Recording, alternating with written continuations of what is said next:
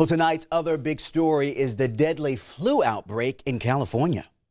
This is, I would say, the worst flu season that I've seen.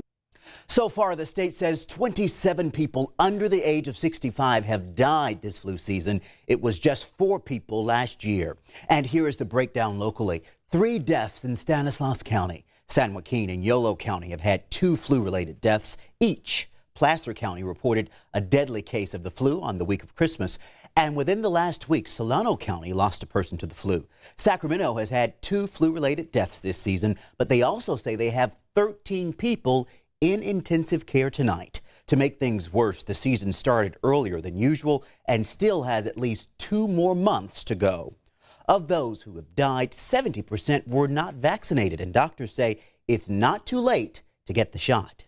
Many people choose not to get vaccinated because there are many myths regarding the vaccine. And one is that people say, I get the flu from the flu vaccine. That is impossible to get flu from the flu vaccine. All the flu vaccines that are used currently are inactivated or killed vaccines, so they don't come back to life and cause influenza. Okay, I want you to take a look at this map. It shows flu activity levels. The red means high. Now, starting in December, it shows the high levels taking over different states, and California is among many states in the red.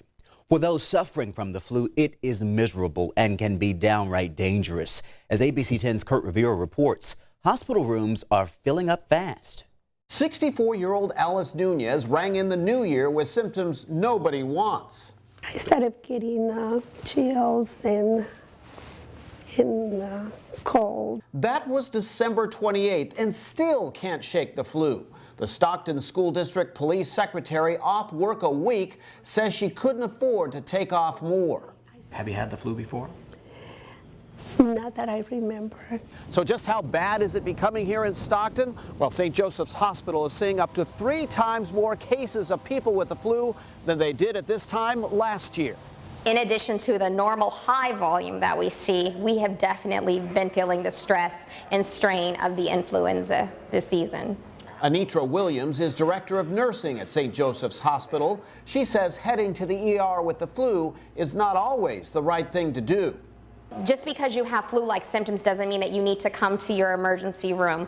Definitely, if you've been feeling ill for a couple of days, you should seek care. You should go to the physician, your primary care physician, and just, be looked at or examined. How to avoid the flu? Health officials encourage getting a flu shot, limiting contact with others who are sick, washing your hands often with soap and water, and avoid touching your eyes, nose, and mouth. As for Alice Nunez, she had not seen a doctor but set an appointment. Regarding a flu shot, she says she never believed in them. But now? So would you recommend a flu shot to someone else who hasn't gotten it? Maybe. In Stockton, Kurt Rivera, ABC 10 News. And even maybe is coming a long way for her. People are also turning to Tamiflu to fight the virus. There is a high demand right now, and the good news is there is no shortage to report. Now, like the nursing director mentioned, it is not always true that you have to go visit the doctor if you have the flu. It's a virus, so there's no cure, only medicines that might soften the blow of your symptoms. Experts say you should call the doctor if you cannot catch your breath or if it hurts to breathe, if you cannot keep fluids down, if you see blood when you cough, and definitely get some help if you cannot think clearly and you feel too weak to stand.